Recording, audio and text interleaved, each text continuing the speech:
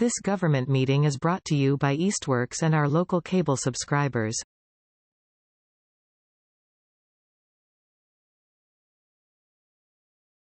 Okay, so Chris, I'll let you call the meeting to order. This is the meeting of the Public Safety Building Committee on August 7th, 4:30. Mark Darnold, our chair, is away. So Christina Madsen, I am Christina, and I am vice chair and will be leading this meeting. Janet, we welcome you to this first meeting with HK Architects, and we're excited and anxious to get the process rolling. So I think we can, yes, we'll do the roll call, but I think we'll move right into Janet's presentation rather than going through the normal process of or the normal agenda. So can we have a roll call, please? Chris Allison. Cindy Palmer. Charlie Konecki. Mark Mancino. And Christina Madsen. Okay. So we are 6 altogether tonight. And just to form a quorum. So Janet, would you like to move forward? Sure. So just as you were glad this is finally moving forward, Amy Dunlap, who you've talked to before with me, is on vacation this week with her family. So you decided we wanted to move forward with you. So I'm going to go through, this meeting was supposed to be about a bit about schedule and a bit about goal setting and things like that. So that's what I focused this presentation on. I have an agenda that, you know, is going to talk about these items, and I'm going to kind of run through it and we can come back and forth as we need.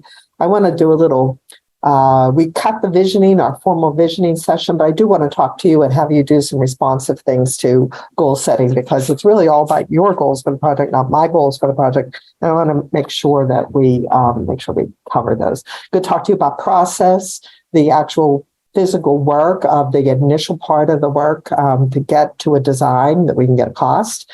We'll talk about the study schedule primarily as opposed to the project schedule, but this does tie together. You're going to have to provide me some sort of a schedule from the town, and we'll talk about that. The town efforts, what you're taking on, and I can provide a little bit of guidance, which will help make that perhaps a little bit easier for you.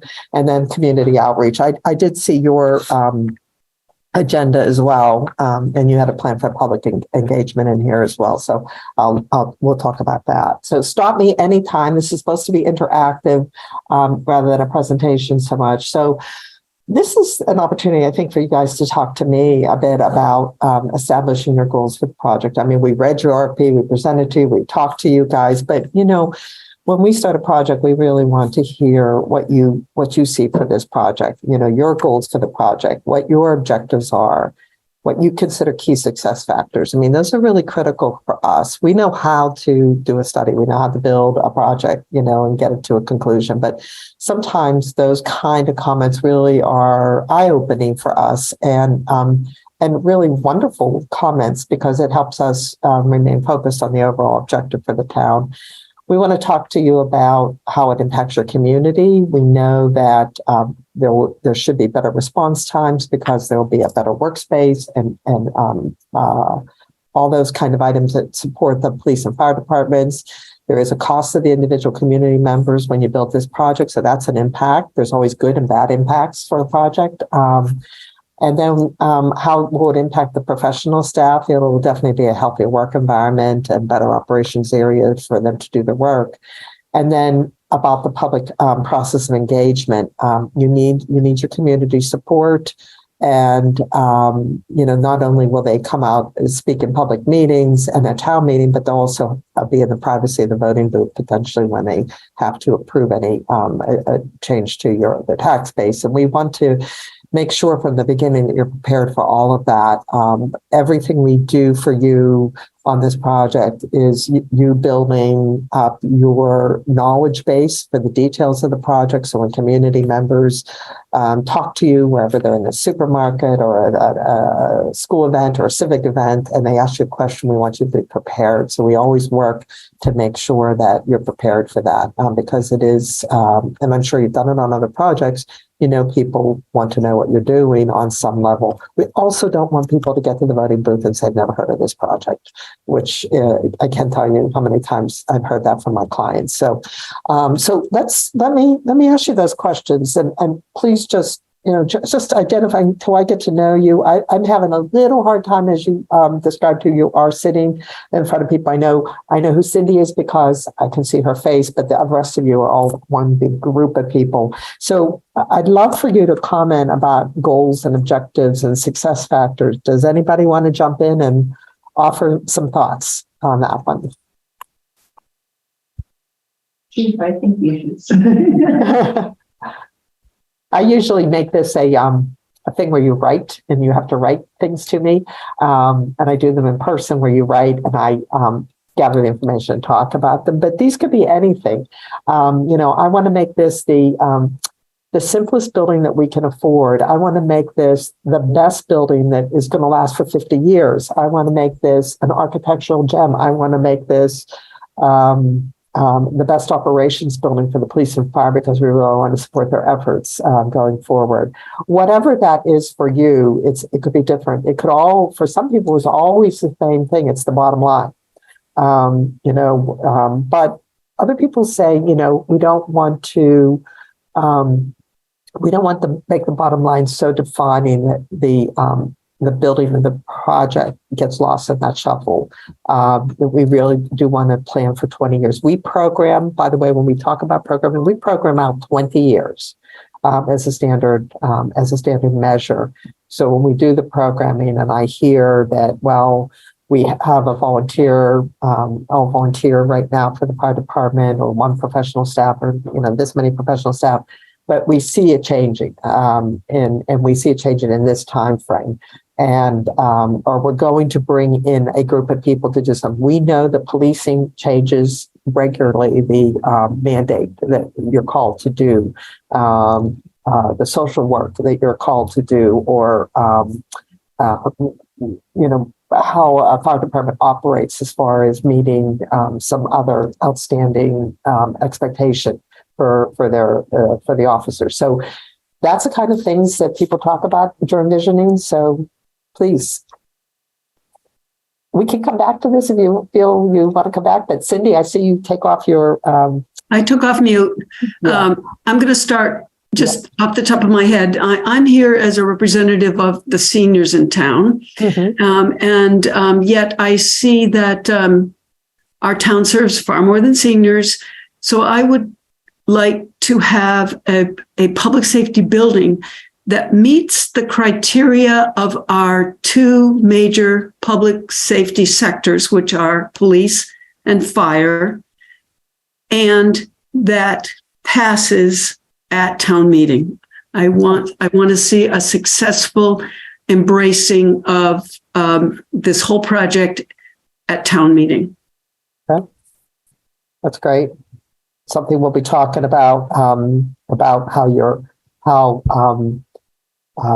transparent the project will be, how you get out the word that this committee's meeting today. Do you all know about that? We had a kickoff meeting. How do we get that word out? Will you have a website?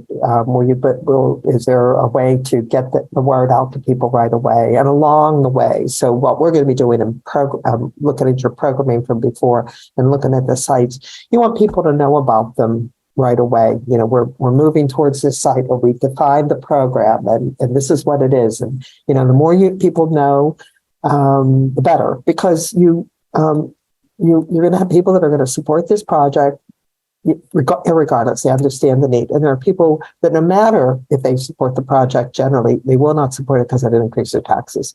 And it's and there's everybody in between. So so that's good. That's great, Cindy. Thank you. Someone else? I would change the vocabulary and say police and emergency services, medical, is that is more of an direct to the elderly population. And if you look at the numbers in this town, it's the ambulance service that provides a lot more service in the fire department. I think if we focus more on calling the police and ambulance and fire, I think we're selling a better product. Okay. Yeah, that is, the fire department do respond. I mean, as structure fires have come down, there are certainly structure fires, there certainly still are. But as people build buildings better with better materials and requirements for, the sprinkler systems and things like that, the calls for emergency have become really important. So that's really interesting to emphasize that to the people that this is a service. And when you talk about the seniors, what about schools? How are the police and fire viewed by the people that represent the school department and the responses for kids and activities that kids do in that? Is there any comment about that? Before we get there, we've had one more person come in, so let's just have your name for the record since we're on Zoom. John O'Shea. John O'Shea, here too. Oh, For the record. Okay, thanks. When we do these by Zoom, we have to get a roll call going here. Sure. With regard to the schools, I would think that primarily now it's more of a creating positive interactions and education with the students in the school. That's primarily what our interactions are now, with the exception of some calls for service there. But it's educational, especially for the fire services and the police. It's a lot of it's educational based. Okay. Yeah. We've found that when people are pursuing public safety, they're winning the support of the school, which is the parents and families, is really important for the success of a project, because they're that's that big voting block of people who pay attention to school issues, and then if they understand the connection, that's also important. So that's good to know. It's with the education, and and kids that know their police and fire departments are it's helpful, that you're well known and well received, and kids can look up to you and they see you as a positive thing. That's important. Okay. Anyone else? Yeah, one of the things what I really envision is a structure that supports the functional needs of the police and fire in a way, and I think that's got to be communicated, because I think that with our last go at this, the building that we proposed, it was considered a Taj Mahal, right? And I don't think the public recognized why you needed such a large building because of the functional needs and requirements and standards of both police and fire services. For instance, they didn't recognize perhaps why you have to have an interview room at the police department. They didn't recognize why you have to have an individual, a lockup facility, or maybe not recognize the need for evidence inventory and that process. And I think a lot of people that went on the tours of other departments during this process, I think the membership here recognized those needs by those visits. Yeah. Yeah. So listing out some of those needs of the facility itself, I'm sure we'll get to that. Right. Yeah. Why? The key, And the importance of them, and then also mandates. Yeah. I mean, as a member of a community, you always never want to see the inside of the police department, because it's usually not a good time. And they have to be, by their very nature, of a secure facility, whereas the fire department, everybody sees the fire trucks and the kids come in and, they walk around, and there is that knowledge base people are missing about what you're actually doing. I was working on a police and fire department once, and I went to actually a personal event, and there was this woman from the town there, and she said, "We don't have any crime in our town. I don't even know why we have a police department." It was an astounding comment from an adult. So that they actually assumed, because it hadn't personally affected them, that there was no one else in town of need. So that's part of that whole telling of the story, and understanding the programming, and understanding why you have it. And obviously the spaces you have now were built in a different time, and how you process evidence and how you do lockups, and accessibility issues and site and sound separations and all that kind of stuff that's required by law, by the public health department, et cetera, et cetera. We'll have to make sure that in our public meetings or the way we present things that we kind of emphasize that stuff and make sure people understand or are given an opportunity to ask questions. Okay. Next, anyone else? Christina, one of the things that I observed as we visited the two other public safety facilities in the area was that very often the office space was cramped. And I think it's really important to make sure that both departments have sufficient space and don't go into a building that where 5 or 6 officers are crowded into one room. So I want to make sure that our departments have sufficient space to do their job well. And the other thing I took note of in the two other departments that we went to, or the buildings that we went to, is that even though they're more modern facilities and an improvement, certainly an improvement over what we have, especially one of them was dark. And it didn't, for me, it didn't seem like a building that I would want to go and work in every day. And I would like to make sure that our police and fire and emergency people have excellent, bright, good working conditions that are made them want to work for us. Mhm. That's great. I think that's a key one. This is Chris. I'll tag onto that because I think we were talking recently about our challenges with recruiting staff and whether that, be in fire, police, or dispatch. Obviously, salaries are a challenge in terms of being in the competitive market that we're in, but certainly having an environment that would, boost morale and make people really want to go to work. I have a feeling that that's really kind of a detriment right now to some of our recruiting efforts, because who would want to come and work in the very tight, cramped quarters that we have now that are really very unhealthy? So I think that's really very, very, very important, is to get something that meets the needs of the teams that are going to be working there and, certainly improves the overall health environment for them to work in. That's great. Yeah, I mean, we could see from my space, I've got all this light and it's, really wonderful. But I know what it's like to work in some dark spaces and it's not so great. So, okay. Anyone else?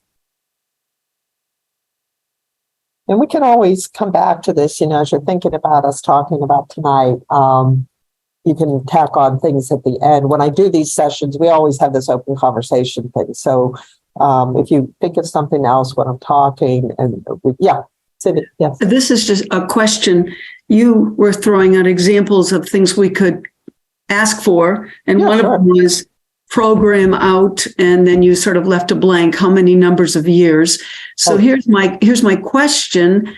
Given the changing nature of the emergency services professionals' needs, and also the changing nature of architecture and other things, what is a reasonable amount of time? What is it reasonable to say we want a building that'll be good for 50 years, or is that too long?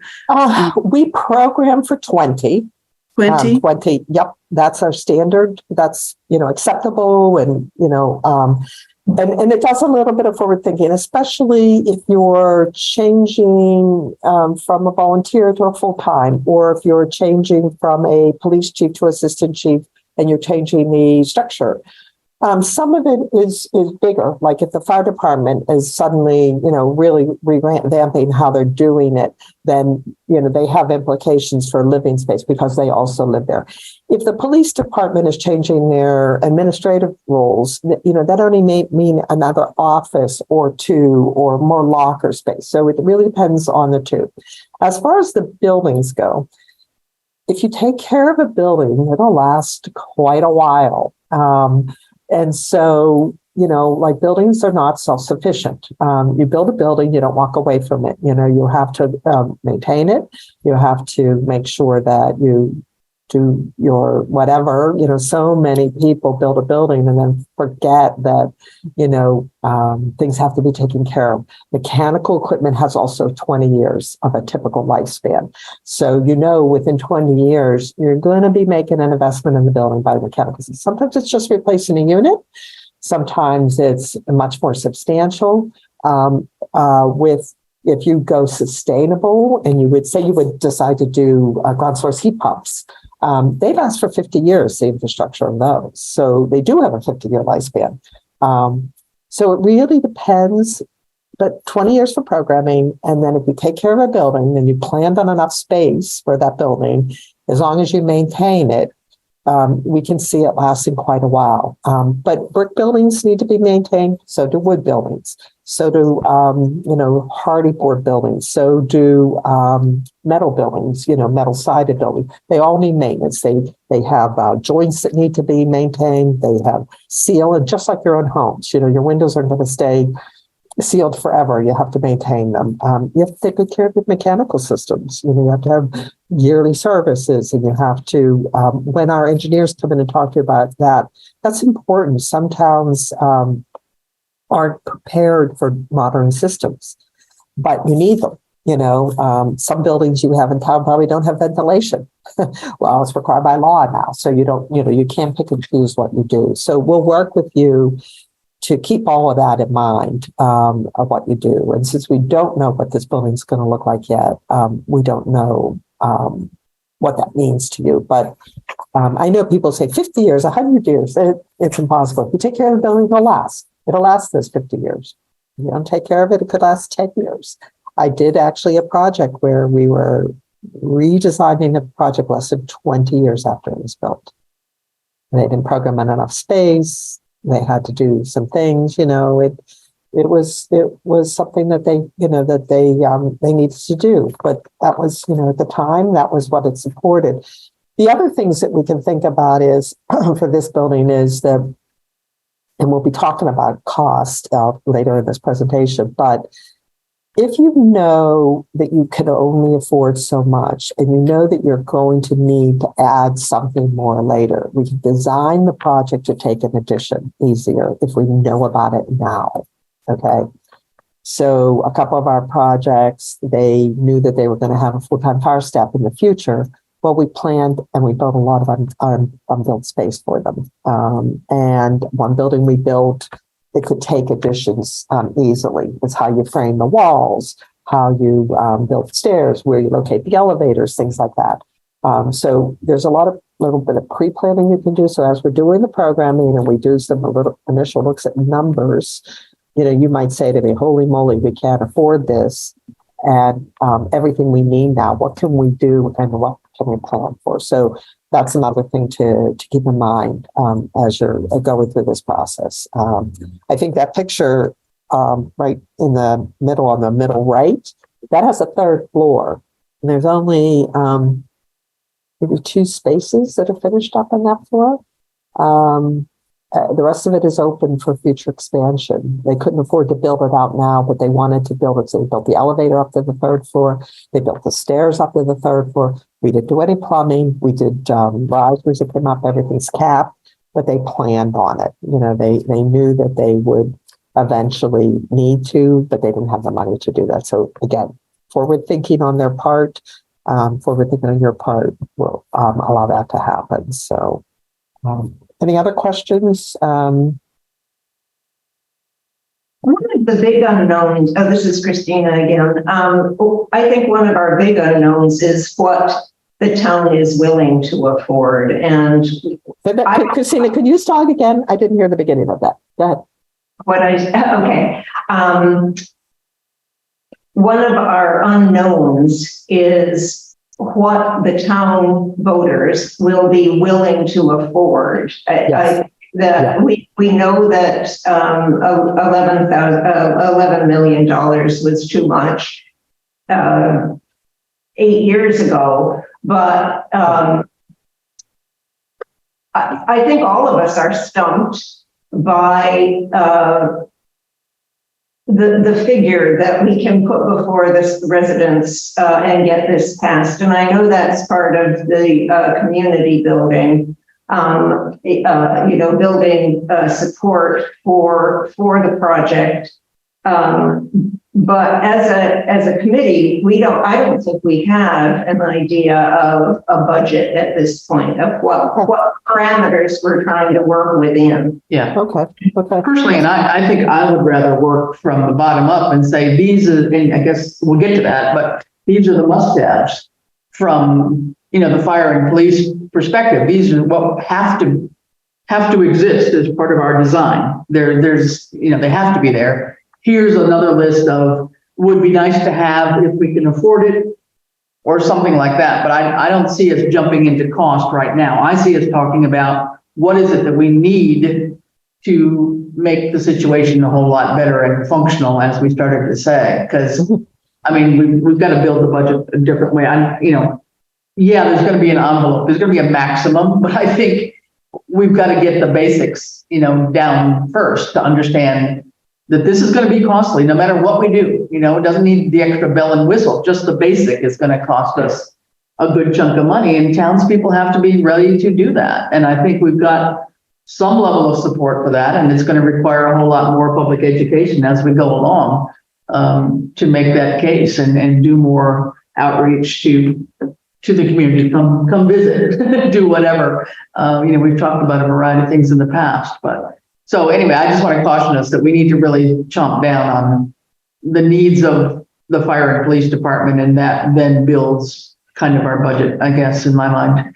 Yeah, that's one of the very first questions I ask people. We'll talk about a little later, but it's like, are we building to a budget or are we building to your needs? And it sounds like you want to know what your needs are, and then look at that historic numbers where we'd see history basically based on real bids that are coming in nowadays, and then have that conversation again. And I think that's really easy, is an approach that sounds right, because the numbers are unbelievable right now.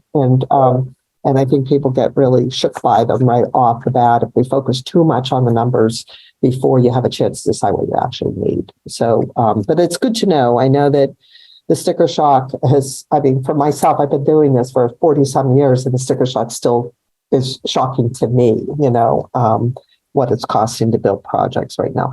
And you all know that the building code has just changed.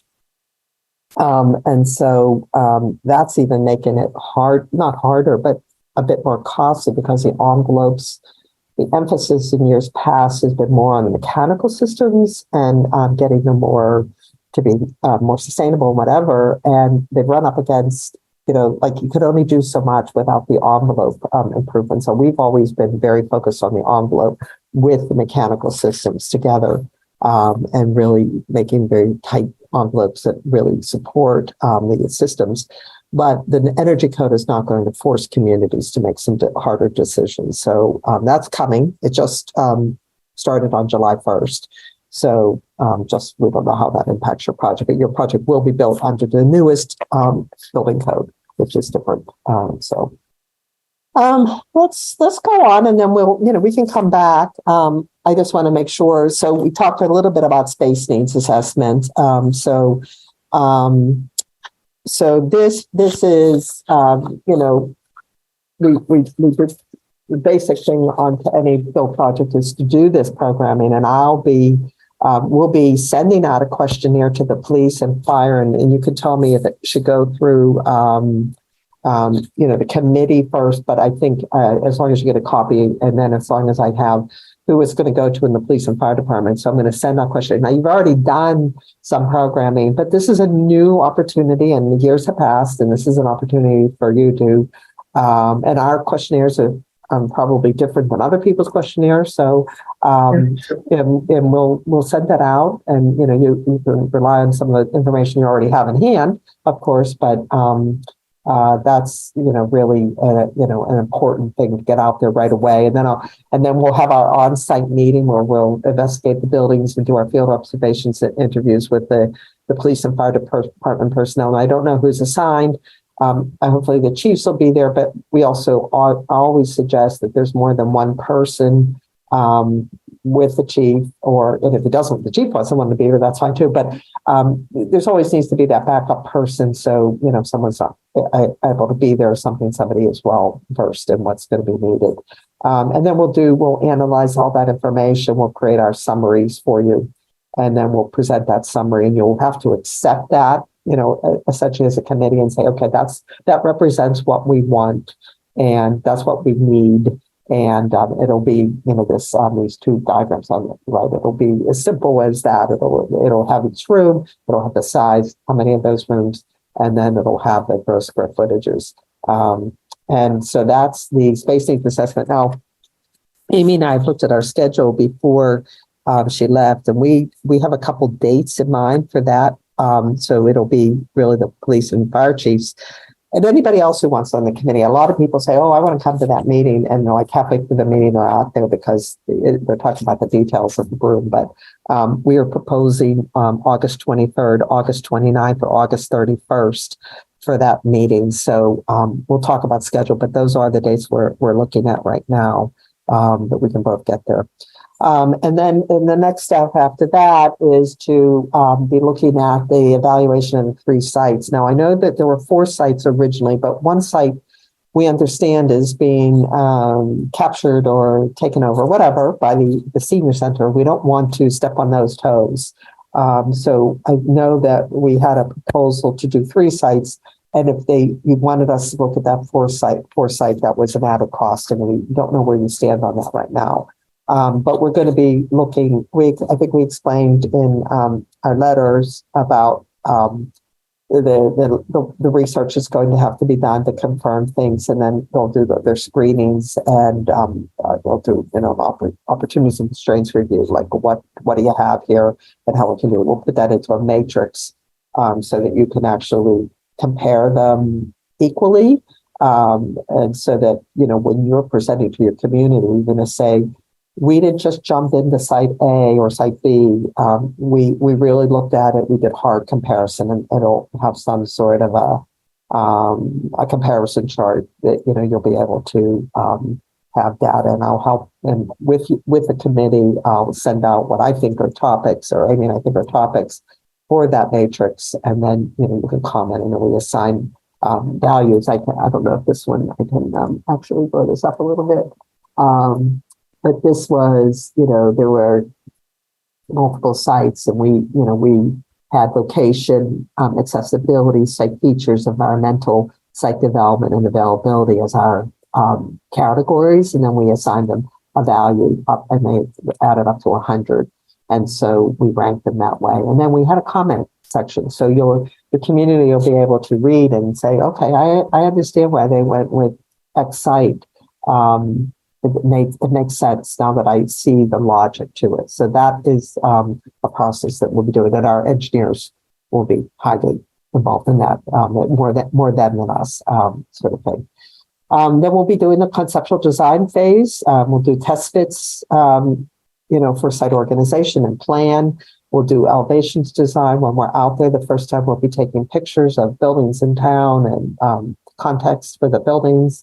We think photo surveys are very good. People in town have an image of a building in town which they think emphasizes the best of the town or the worst of the town. But it's oftentimes not the only building in town. I did a project with somebody, and everybody said, all our buildings look like X. And in reality, only one building in town looked like X. And it was the most beautiful building in town, but that was what their image of their town was. And yet it was the only building in town that looked like that. And when I presented that to them, the people in the audience said, oh, you're right. So we'll do that. We'll talk about building systems, balance and efficiency with maintenance, what I talked about a little bit before. What the most appropriate MVP systems, lighting, HVAC controls for both code compliance and user operations. Again, the building code is changing. It's making it tougher. We'll talk about fossil fuels or no fossil fuels design and sustainability goals, what people want to do. And we'll have, like you can see, there's, multiple plans for one site that were worked on. There were In this particular town, we looked at lots of elevation forms really early on, different kinds of roof pitches, different kinds of lighting into the spaces, clear story lighting, things like that. So we'll have work like that.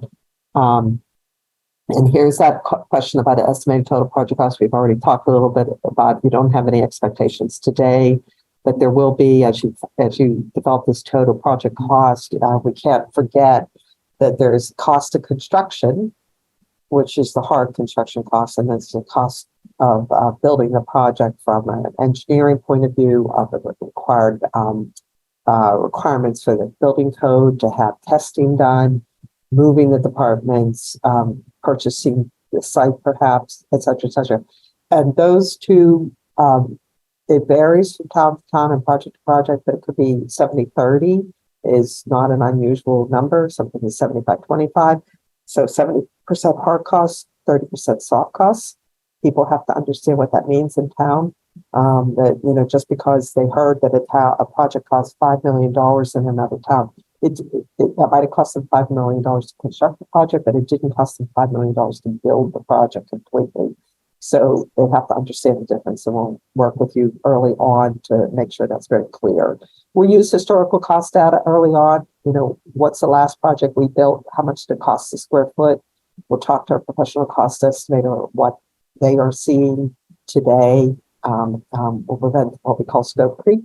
That's when, somebody says to me, can't you just add like one more 10 by 10 room? And I say a 10 by 10 room, which is 100 square feet, could cost, $600 a square foot. So if you're prepared for me to add that value onto the project, I could do it. But you got to be really sure, because someone is going to ask about that space and they'll want to know what it is. And then there are supporting things like if a site is available to you at a lesser cost, might not be the perfect site, but it sure would take a sting out of your soft costs, then it's something you want to consider. How we site on the building, selection of materials and systems all affect the final cost. So, we're going to be talking early on about all that stuff, because it does affect the project. We have a professional cost estimator. Of course, we don't do this. We're going to have that conversation about green design. And if you want us to look at alternative costs from some green design options, we can, we'll have to price those out early on so you know what they cost. For instance, in our Ashland Public Safety Project, which has been operational for just a couple months, they had alternates for, they had money set aside to do solar array, but they didn't have the money early on in the project. But by the end of the project, after we're almost done, they had the extra money, and so that solar array is being installed right now. So they had made some decisions. They couldn't afford it, but we did some infrastructure plan for them, and by the end of the project, it happened for them. So we're happy about that. So we'll be working with you on that total project costs early on, because obviously the more decisions you make down here, the better it is for you. You make them outside, that fundamental, you run into problems. So we'll be spending time talking about that. Janet, I have a question for you. Yeah. As far as the site location, it's something that I recently had to recognize, because we've had some changes in our police department with our dispatch. Is it important to have the site? Does it need to be on the mass broadband fiber route? I don't think that should be a determining factor of where you are.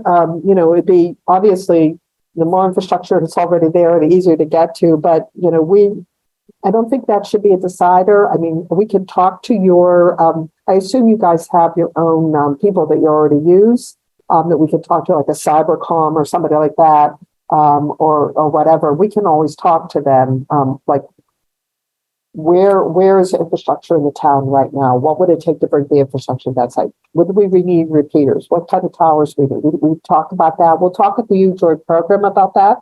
And that could be an element in that matrix to add in. So I don't have an answer to that right now, but I wouldn't make that a big decider. It would have a very small point, unless somebody says, you can't get any Wi-Fi or you can't get anything in this part of town, so stay out of it, because it's not just the dispatch, it's, everybody in town, I have projects where, with the whole thing was, let's just say cranky, getting, everything to work. So, does that answer your question? Yeah, it does. I just, it was something I wanted to make sure that perhaps you recognize, because the mass broadband fiber route that we have essentially starts, if you will, at the police, well, actually at the library, to the police department, and then to the town hall, which is all kind of centrally located, and then it goes to the school, and then it goes into East Hampton. So it's not any other secondary roads except Route 10, really, and Palmer Meadow and East Street. Okay. Okay. Well, we'll talk more about that, but that's important to know, and that's information I'll share with, our civil and mechanical, electrical, HAC, and the key people, because they could comment about that, what it would take and how important that is that we stick to it. And that could take out a couple sites, or that could push you with a site that that maybe is not the best site, but it is the best site for you because of the cost implications. So we talked about schedule. These are the 8 tasks that are in our proposal, which to tie in exactly to your RFQ questions or tasks. And, we're in this task 1 right now. Task 3, 5, and 6 will be done simultaneously. The conceptual development and project operating costs and discussion of green options will all happen before we go to task 4, which is on the total project cost. We want to make sure all that information is part of the narratives and the drawings that we do for the estimator. So even though you listed them in the sequence, the reality is 3, 5, and 6 will overlap each other. There'll be distinct conversations, but they will overlap each other before the project costs. Task 7, you guys are going to do, and then we'll have our final report. I do have these in a little bit more detail. So task 1, we're having our kickoff meeting. We'll do that space needs assessment all day, and then there are scheduled 2 virtual meetings to finalize and approve the program. So the sooner we'll get those questionnaires out to you and get that scheduled, then we can get these scheduled. The site and a lot of these things work concurrently. There's no reason why the site evaluation can't get started. Once we have a conversation with you today, we did receive the contract in the mail this afternoon, so thank you. We'll give the notice to proceed to our consultants, and then they can start scheduling their folks to come out. But they have a fair amount of work to do in the office, desktop review, things like that, and then we'll schedule that site visit. And it'd be great if our site visit and their site visit are aligned, but the reality is we're going to be doing something very different than they are that day, so it may or may not make a difference. Then we'll do that. Yeah, metrics. Yes, does somebody have a question? With the site visit you're talking about, is that going to be just HKT or your collaborating partners too? So this site visit is just HKT. That's programming, but that's with the police and fire departments. Okay. And that'll include a separate police meeting, a separate fire meeting, and a meeting where the police and fire meet together, so it's going to be sharing a building. PARS, assessing the sites, theirs is independent of us, and that they are the civil engineers. So they'll be looking at all the sites, but they want to get their ducks in the line before they, know which 3 sites they're looking at. And a 4th site, if you decide that it's a 4th site, they want to know if that 4 sites going to be included before they come out, because they haven't priced 2 separate trips out. They'll want to do the 4 sites. That's something you folks need to decide. Maybe you already have. And then we'll do this matrix preparation when they're done. And we'll probably get the questions out to you, or the organization of that matrix early on, so you have time to look at it. And then we'll have a meeting to rank those sites, because we're going to go from 3 or 4 sites to 2 sites, and then you'll have to approve it. So once the sites are ranked, and for all I know, you'll come up with one site in the end. Who knows? But by planning purposes, we'll have two sites by the end of a site evaluation, and you'll approve that. And the committee will have to vote, or however you formally take your vote, so that everybody's on board with the two sites. Task 3, which is conceptual design. We'll be doing the first step of that. We'll be taking those two sites that you're selected and doing test block diagrams, and there'll be 2 for each of those 2 sites. And with that, you'll choose, one will start, one site will be coming to the top and will be a preferred. Either it's got the best, you own it, it's the cheapest, it's the best located, it's got that broadband issue resolved easier. Who knows what will be your reasoning behind it? But by the end of those test blocks, you'll have a preferred site, and then on that one, we'll do 2 sets of conceptual plans on the preferred sites. And there'll be elevations with that.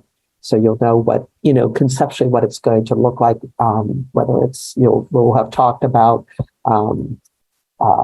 plans or imagery that you want. We'll talk about that with you. And so when we're developing the conceptual elevations, if you say to us, there's no way we want a flat roof building in this town, done. We're not going to do a flat roof building.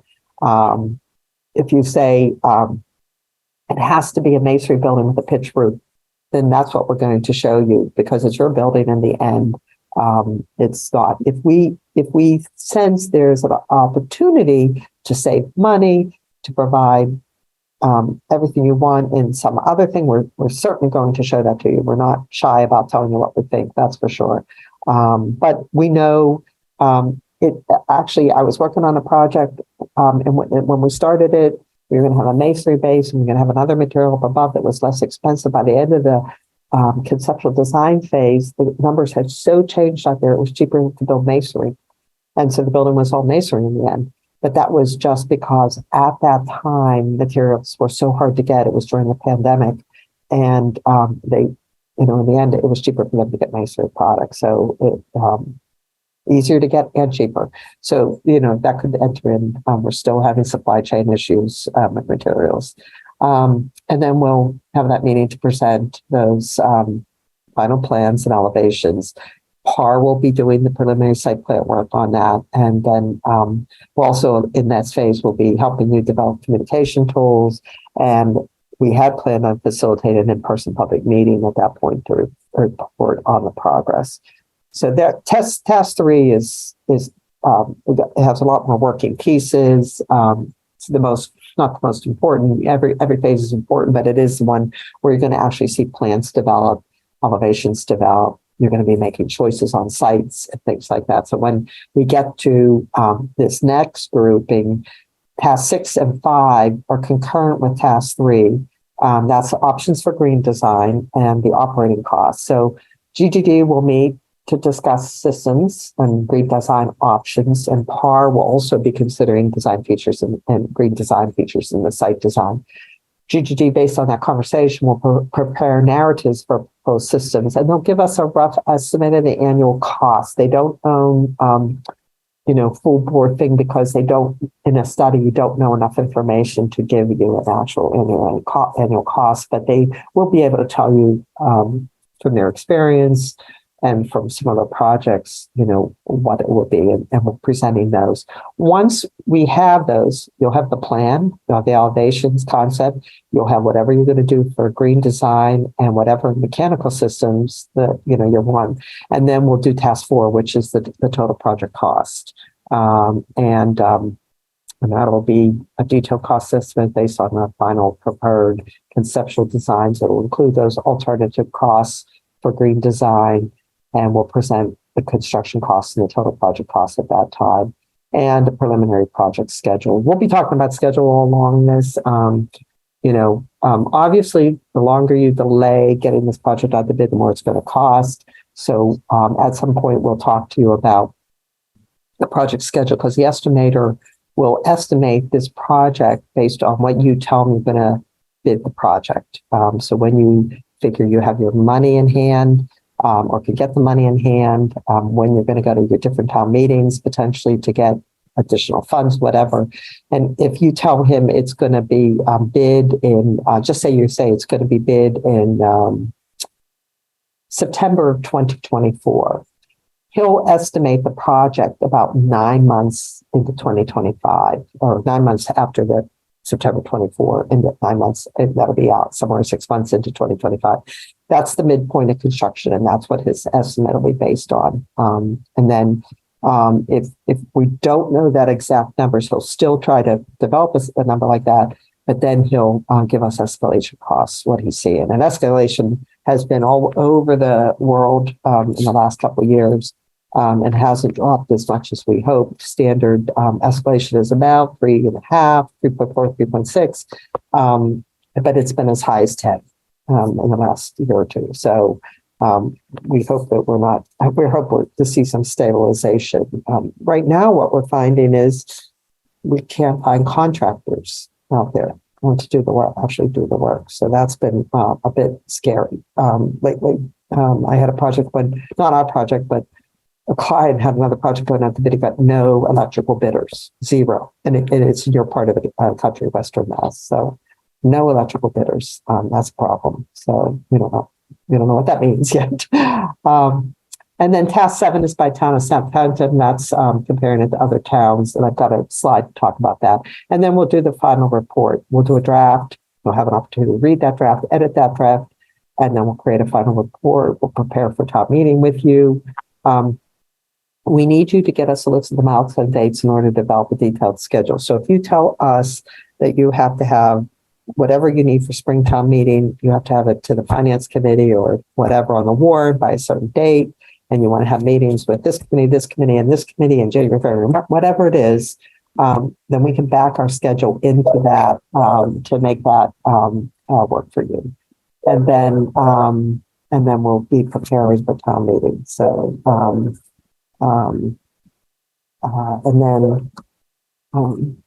so then after that we have the town efforts. That's you're going to be reviewing costs for from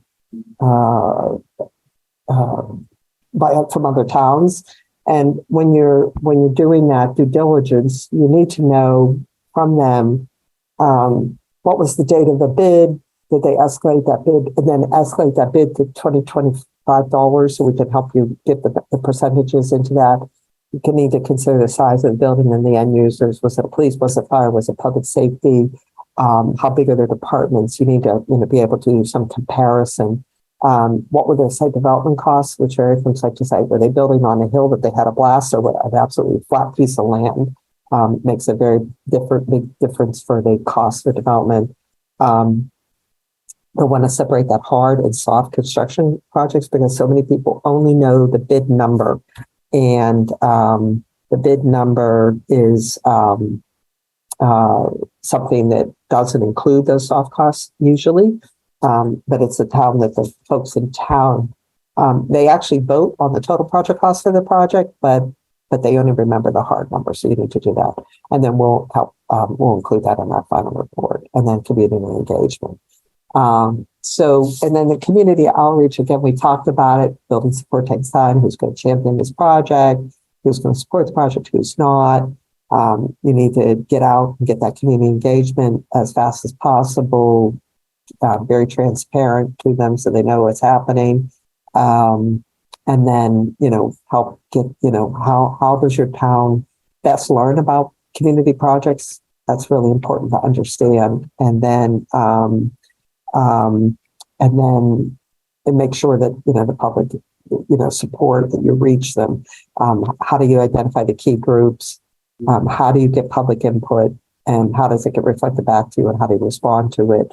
You need to build enthusiasm and maintain involvement. There's people get very excited at the beginning and then it wanes, and you have to keep them out. And then the most important one in the end is manage expectations.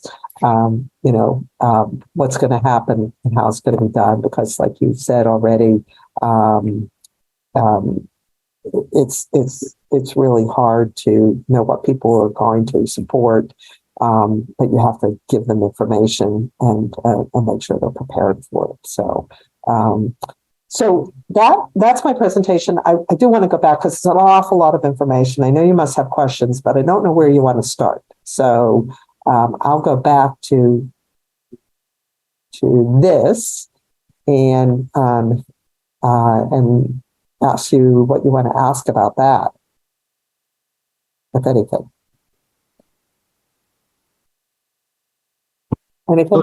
You'll be sending us that questionnaire? You'll be sending us that questionnaire? Yes, I'll send you the questionnaire. Yeah. I'll send that in the next day or two.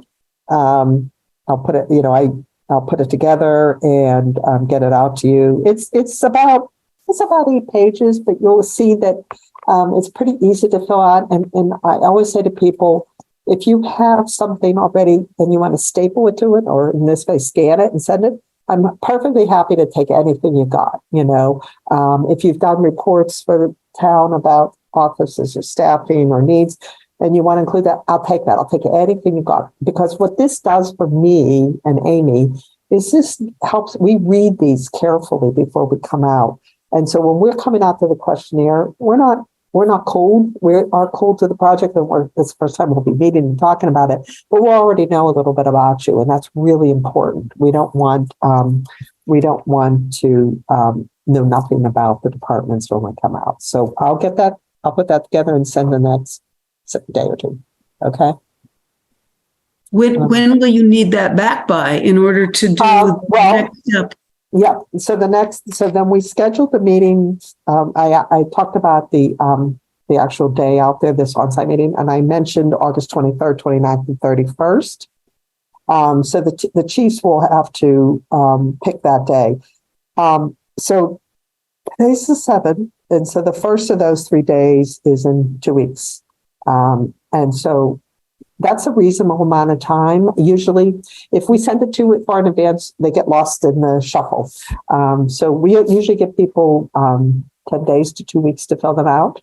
So that's why I want to send them out today and come up with that meeting date for the chiefs. So the two departments, because it has to be on the same day because the people have to be, because we want to talk with both departments separately. And then we want to talk to people together because of the shared spaces. And we, like to, get a feel for it. We're going to be visiting their site, their spaces, walking through, taking pictures, talking. And because you already have done this before, this shouldn't be a new process for you completely, but you never know, Janet, yes. Janet, yeah. Could you please repeat those 3 dates? Yes. Did you say 21st, 29th? August 23rd, August 29th, or August 31st? And so 23rd, 29th, 31. Okay. Yeah, one of those 3 days. Amy and I are both available. We've already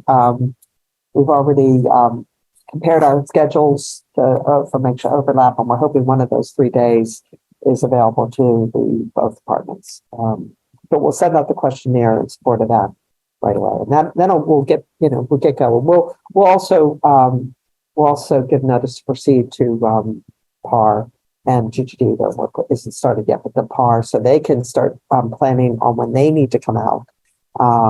We're in August. It's vacation time. I'm sure it is for you too out there.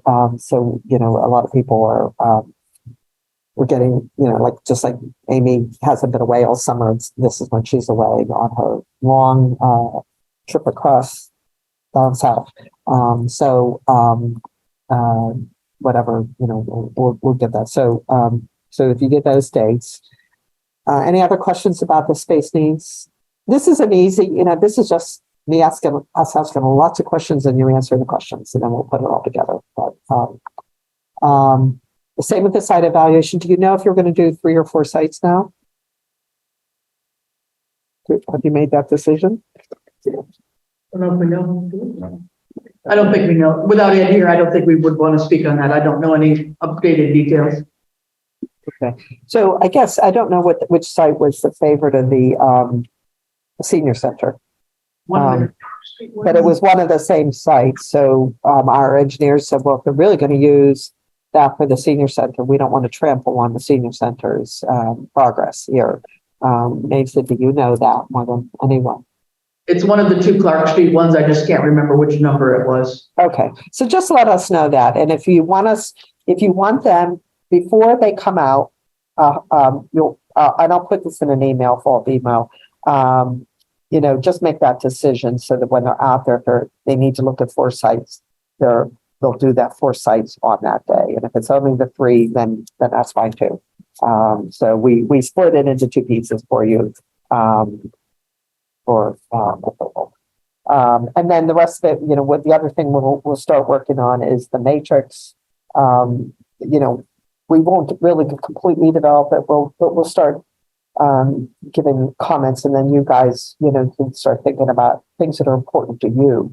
Because there's all those stuff for environmental issues and wetlands and stormwater and all that stuff. But there was also things about neighborhoods and expectations. I know that the one site that I think that Charlie, you sent me today, had a big commercial space across the front, and the fire department and police department were inboard.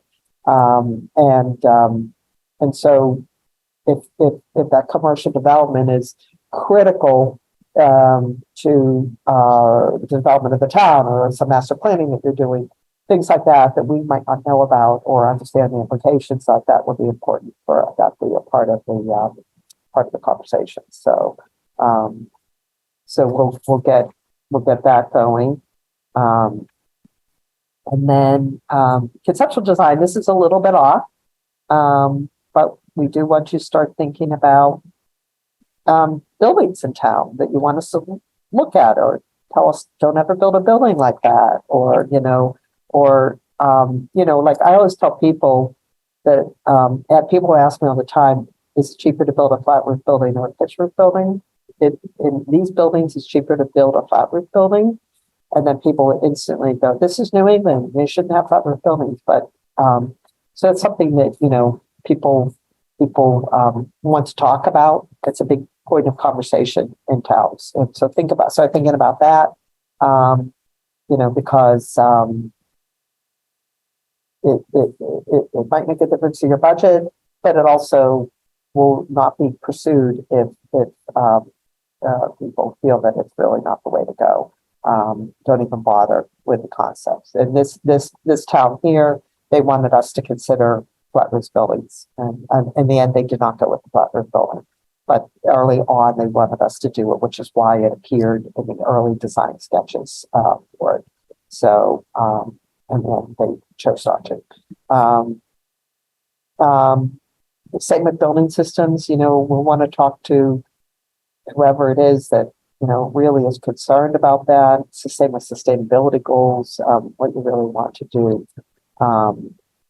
And then we talked about project cost, and we'll give you, once we get the program, we'll be able to give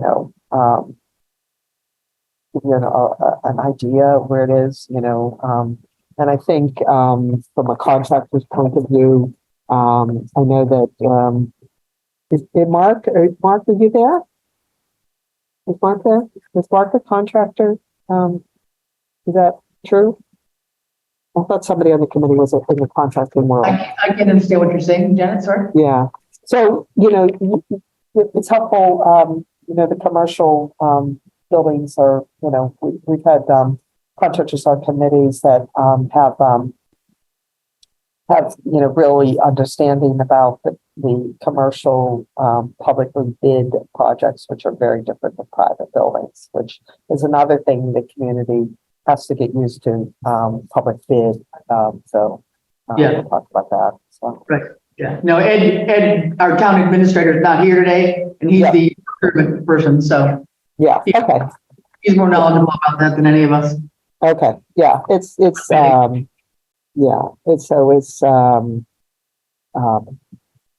important conversation to have, and it's we'll be talking more about that as we go. I think this is pretty straightforward. So here we are in task one. We'll schedule this meeting. We'll get the site evaluations going. What I'd like from you guys is those milestone dates, if you can. I don't know if we should talk to Ed about those directly, or whether it should be some other way, but we need those dates so that we can like back off each meeting. Once we get those milestone dates, and we talk to you guys, I mean, we're not doing this by ourselves. We'll be able to get a very active schedule that says, okay, we need to be on the site. We need to finish this. We need to have the design. This is going to be the schedule of virtual meetings for this committee. So you can get them all scheduled right away, as close as we can, because I know you have to meet your, public, people might want to be involved at that point. They might want to hear what's happening on some of these. I don't know how much interaction you get with your community on these kind of projects. How did you do with the senior center on your committee meetings? Did people interact? Not terribly much in terms of these kind of meetings. I mean, this is being recorded, so it'll be up on our website. Okay. The message is out so people can go to it and view it. We've just redesigned our town website, so we'll work when we add something special, not necessarily on the police page or the fire page, but maybe a separate page for this. I mean, we can think about that. Yeah. But I think one of the things I'm a little confused on when you said milestone. Now this engagement with you, as I understand, is supposed to go until the beginning of March. Yes. So we have a 6 month, essentially almost a 6 month time frame. Right. So I guess I was assuming you were going to put the milestones in that 6 months. Well, we will, but for instance, when does a warrant have to be delivered? And how much flexibility? So some people say to us, okay, we have to have that in December, and then we have to have a placeholder number that we can revise up until a certain date. So we need to know that. And then in advance of town meeting, when are you going to, meet with the finance committee? Those kind of milestone dates, not the milestone dates of us coming out. That we can back up. But when do you need, when do you want to have the public meeting, for instance, which is during this phase? So, like, what's a good time? When we don't want to impact.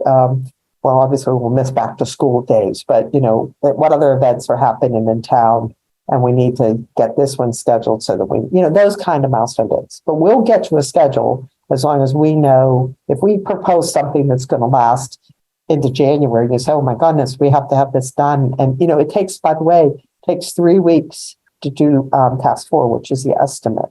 So, we need to give them ample time. So, we'll put that in. So we'll probably propose a schedule to you once we know something. I'll probably call Ed about that. Once we have we'll propose a schedule to you and say, how does this look to you? And then, we can then respond to that. So we just don't want to, if other things are happening in town, we don't want to interfere by having a public meeting the same day as, I don't know, some big school events happening. We don't want to fuck that up. So, so that's that. And then the rest of them, we're, the day of the systems things. Do you have a committee in town that's a green design committee or a sustainability committee in town? No, we're it. You're it. Okay. So, maybe. Yeah, no, I mean, no, you're seeing the worker bees right here, basically, on most of the actions that you Okay. All right, great. I mean, sometimes we have to get on their schedule, and but most people, sometimes have people that are really interested in sustainability. They want to know what's being done, and so they'll come to these kind of meetings. So okay, so no specific sustainability committee. Okay, that's fine. So whenever we want to schedule this meeting, as soon as we get a program set, they'll have something to respond to, and we'll get that done. Okay. I mean, I would think in general, any meeting we would have, you'd schedule with the Public Safety Building Committee. Yep, Depending on the topic, if we needed to bring in somebody else, from town or from another committee, then we'll just reach out and bring them in. okay, I okay, think that's probably the better way to okay, that's fine. That's fine. let us try to herd the cats rather than scheduling around somebody else that. I like that, honestly. It's easier for us that we're not trying to have a doodle poll to make sure we get enough people to attend. Okay, all right. Okay.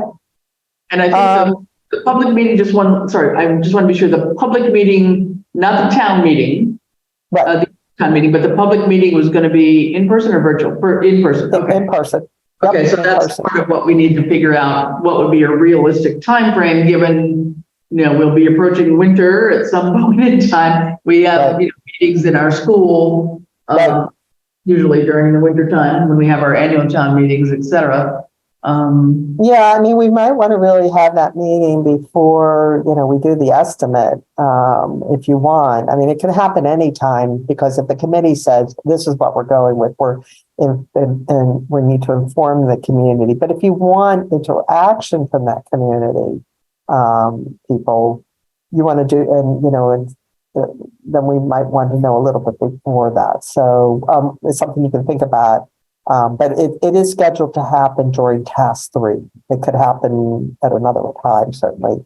But that was what our initial conversations with you. This is when you had decided you wanted it. So you can certainly think about if that still works for you or not. Would something, from the way you work with these, would something like November sound like it's too early? I don't think so, but let me no, because it's going to take us weeks and site and conceptual done. As I'm going to look at trying to see how much time we anticipated. I don't know if I even can find that out right now. So we have a considerable amount of, work to do in conceptual design. We have to show the plans to you, then we have to revise them and, come back, and we have to do elevation. So November might be a good time. But let me talk to Amy when she gets back, and public meetings and that might be good. Before you don't want to hit people between the holidays, because nothing happens. We might be able to work, but nothing for community meetings. Right. And then if we think it should be early, I'll try to work on a schedule this week as well. If I think it's going to happen earlier, I'll let you know than that. But and do you know like typically what's is it any day of the week, or the days of the week that are better for community meetings? What has your experience been? Well, we usually have our annual town meeting on a Tuesday. All of our select board meetings are on Tuesdays. So I guess townspeople would be oftentimes more used to a Tuesday meeting, but those are usually in the evening when we've had those annual town meetings. During COVID, we had a couple of things during the day on Saturday, I believe, as well. So we think about something different. Okay. Yeah, I mean, we're perfectly comfortable with night meetings. We do a lot of them. It's a little hard. It's a little hard sometimes, even with town meetings, because we've got a lot of young families and people are just getting home from work. So to get to a 7:00 meeting sometimes is, kind of a tough one too. So I don't know, we may have to juggle some thoughts about that, but. Okay. Yep, that's fine. Yeah. I think once you come out here and have the on-site meeting, I think that will allow us to have, some further ideas too about how quickly can things move. And, we obviously want to be prepared before we go to the public, but not to delay it too long either, because people, I think, are anxious to know what's happening. So yes, absolutely. And because we'll be presenting and this is all available to them immediately, people will be talking about it, potentially as soon as, we start presenting options to you, so some people will look in advance. But yeah, so it seems like that in-person public meeting and the things around your the March or the meeting in the spring and the backup dates to when information has to be in hand, are to me, the two important ones that I'm hearing from you, and everything else is flexible, because this committee does it all. Okay. Janet, Yes. with regards to further public outreach, the committee feels that tours of the current buildings, public tours of the current buildings would be influential. Oh, absolutely. At what stage do you think that we should begin this? And should it be multiple tours? Should it start now? Should it be multiple tours throughout the process? What is your thought process? I think that if you can do more than one, so you reach this mind, but,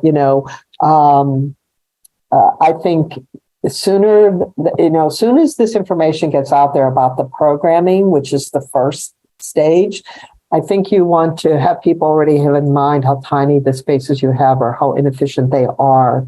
So if you can get people in early when they're starting to look at those programming numbers, and then a little bit later, that would be great. And then maybe right before town meeting. So, so it's up to you, but the more opportunities you have to share with people about your spaces, I think the better it will be. And maybe you do, little pack and go kind of presentations that you carry on your own little iPad around. I had a chief that did that everywhere he went, he had that iPad with him. And if he ran into a group of people and they said, what's going on? He would flip this thing open and said, here's where we are today, sort of thing. That's easy to do nowadays, because we'll have these kind of presentations, which will become part of, other than me correcting a spelling error, thing like that. This will be instantly available to you. I'll send this out to you.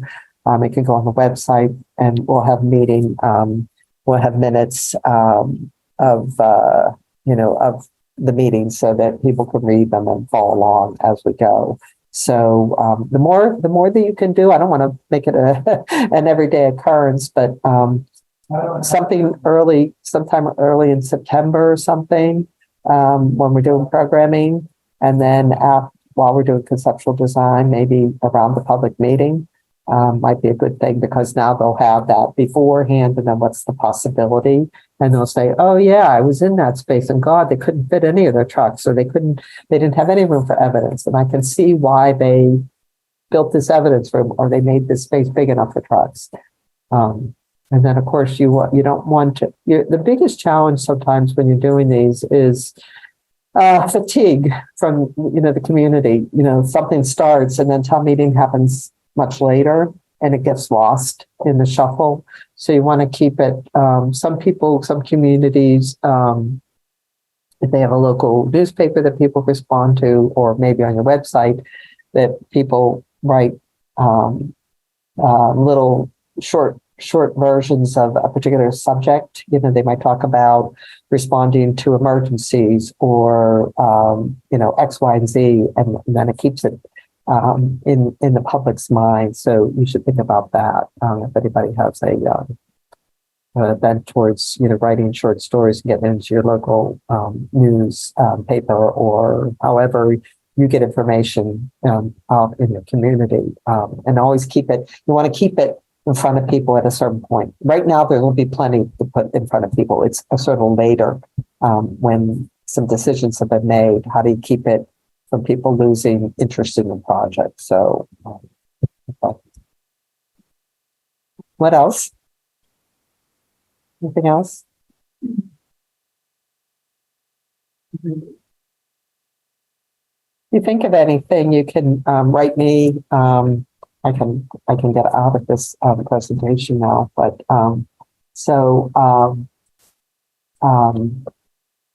we can talk. You can ask questions as you think about what you heard tonight. If you have more things that you want to talk about from visioning or goal setting, you leave here today and said, "Oh, gee, I wish I had told her about X, Y, and Z." Please email me. I don't know if you have a format like some towns required to go through the chair, or everybody CC'd, or whether there's a format. That's up to you. So Janet, could you share that PowerPoint with us that we could that for at least for the minutes? Oh yeah, absolutely. Okay. Yeah, no, I'll send it out tomorrow. I did notice I have, like a little thing here and there that I want to clean up. I did things that italics, and somehow I had more things italicized, so I took them out and I made them in blue, punched them up in blue so that they popped a little bit more. But I left some things italicized, that I want to clean that up. Those things bother me. I'll do a read of it in the morning and I'll send it out to you. Do I have an email list? I'd love you to share your email list with me of all your names too. So I have everybody, because I don't know if I have everyone. So I can either send things to, Cindy, did you say you're the clerk? I'm the clerk. If you want my email, it's pretty straightforward. My first name is Lucinda, LucindaMail @yahoo.com. So let me read it back to you. LucindaMail @yahoo.com. Correct. Okay. So I can send the PowerPoint to you and then you can distribute, I assume. And if you would just send me everybody's name, just in case, we'll try to send it a direct pass so that I don't want to send countless emails to everyone, because I know what it's like to have a clogged email box. Okay. But we'll do it that way. We'll start that way and we can go from there. Okay. And I just have an administrative question. Maybe Chris, you can answer this. Is there any members of the public here? I did see a Charlie I don't know who it was. There was a Charlie on the Zoom and then it disappeared. Charlie Kanicki. Oh, was he also Zooming it? I know he was present. He was here in person and he just left. I know, but he was also on Zoom. I had a question about that, because on Zoom there was a Charlie. And I thought that was Charlie Konecki too. Okay. I don't know. He was here during the meeting. I realize that. I don't know if that was Charlie on Zoom also. Okay. I don't think so. It might have been, maybe he had his phone on or something, because I would have had to let somebody into the Zoom meeting and I did not. So I think it was probably Charlie also on his phone or something. Okay. Somebody could have joined otherwise. Okay. Okay. So I think, so you're gonna, when you send the questionnaire out, Janet, though, you've got Chief Illingsworth's email, do you?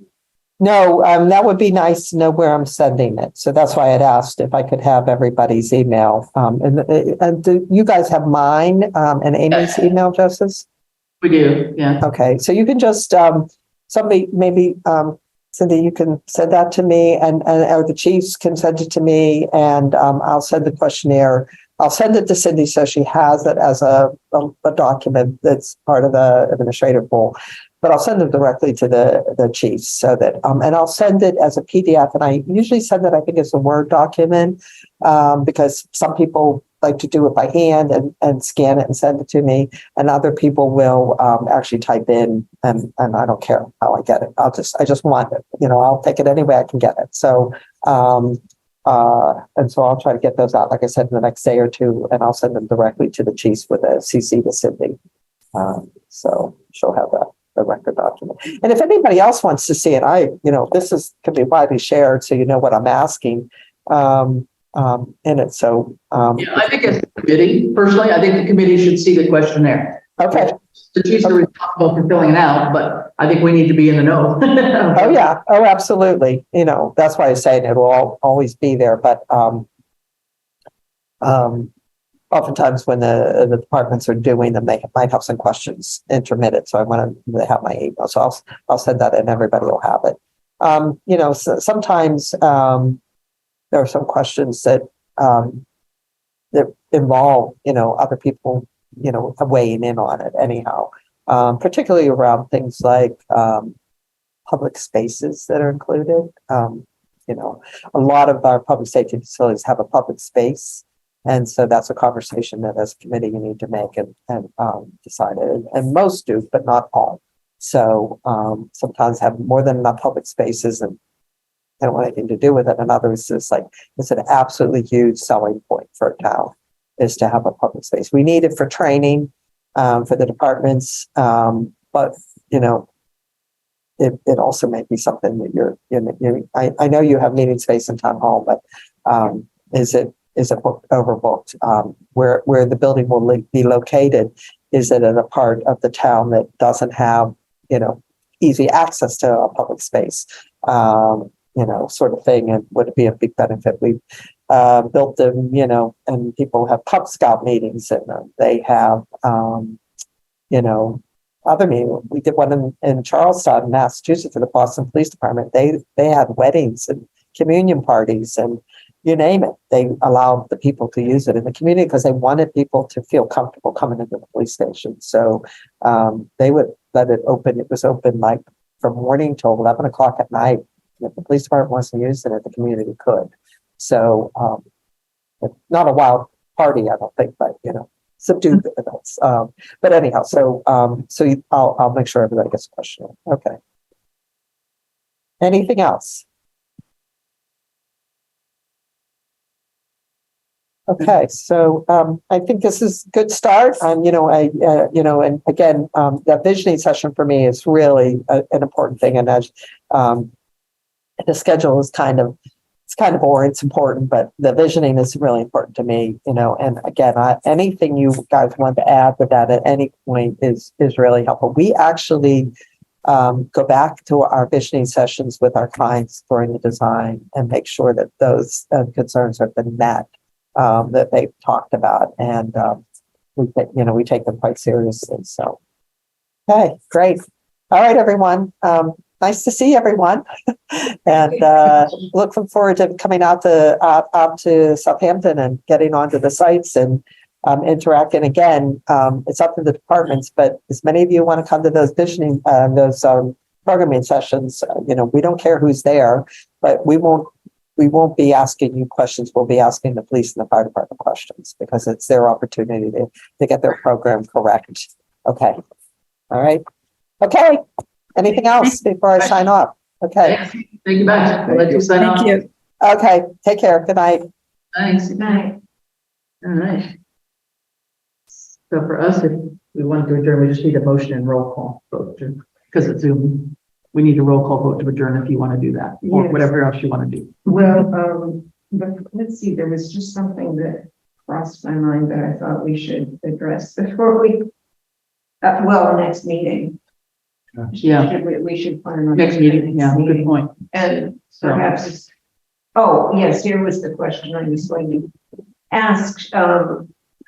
What is the status of Chief Workman?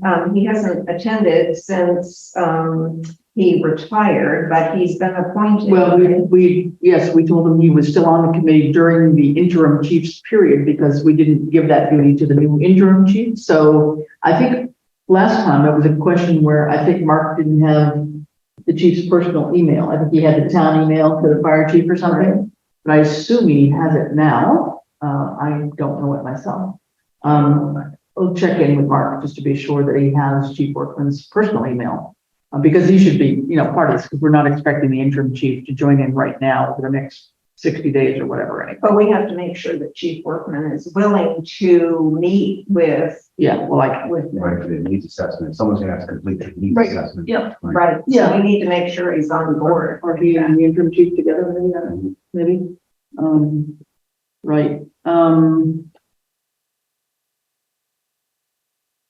You don't have it.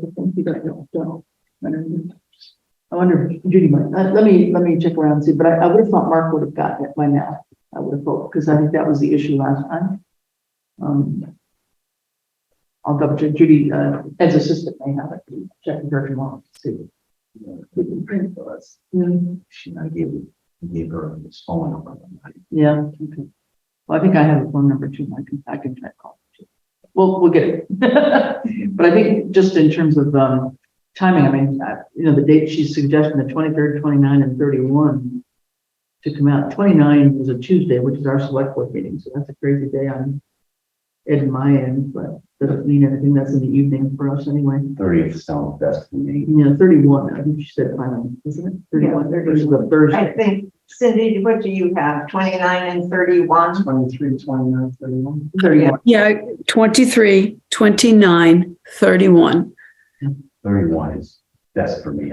31 is just comes up be quick, and I'm going to be away yeah. next weekend. Okay. So probably the 31 date, and I'm assuming it's going to be a good share of the morning. I mean, I don't know how long, she didn't really say how long the time might be. She said all day.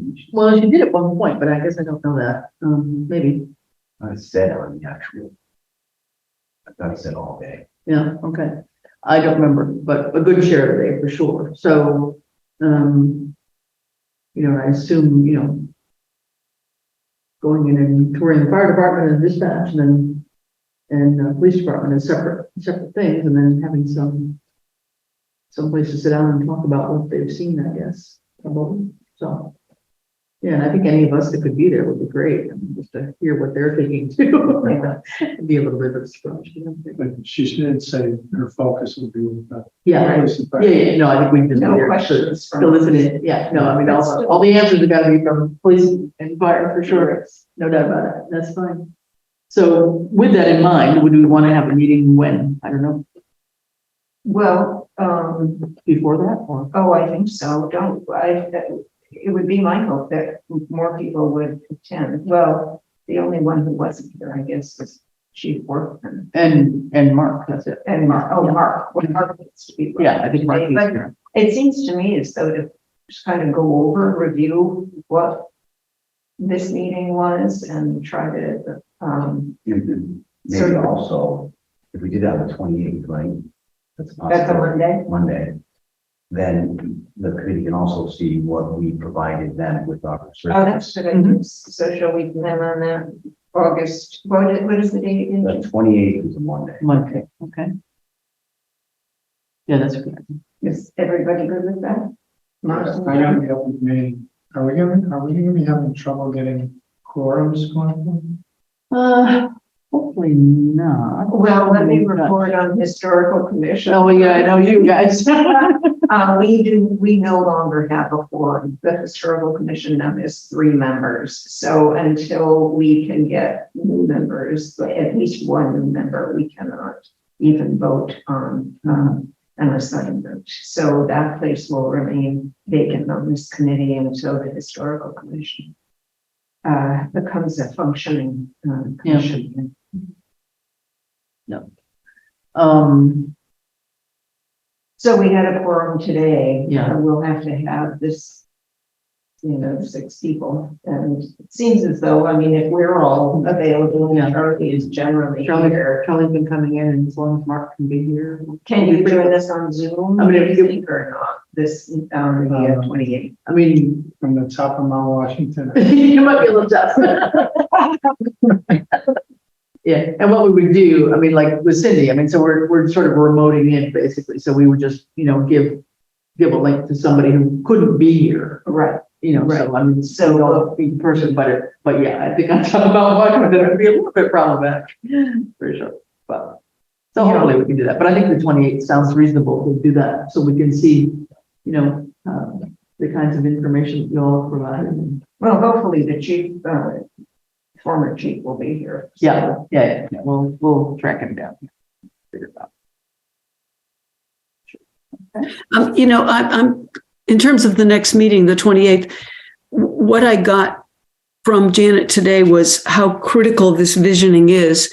And as somebody just pointed out, we're missing a couple of we're all important committee members, but we're missing Mark and we're missing Ed, and we're missing a fire department representative right now. So I can see that being an important part of the meeting on the 28th, that we go back and we really come up with exactly what we want in this visioning, if we want to add to anything that was said today. Okay.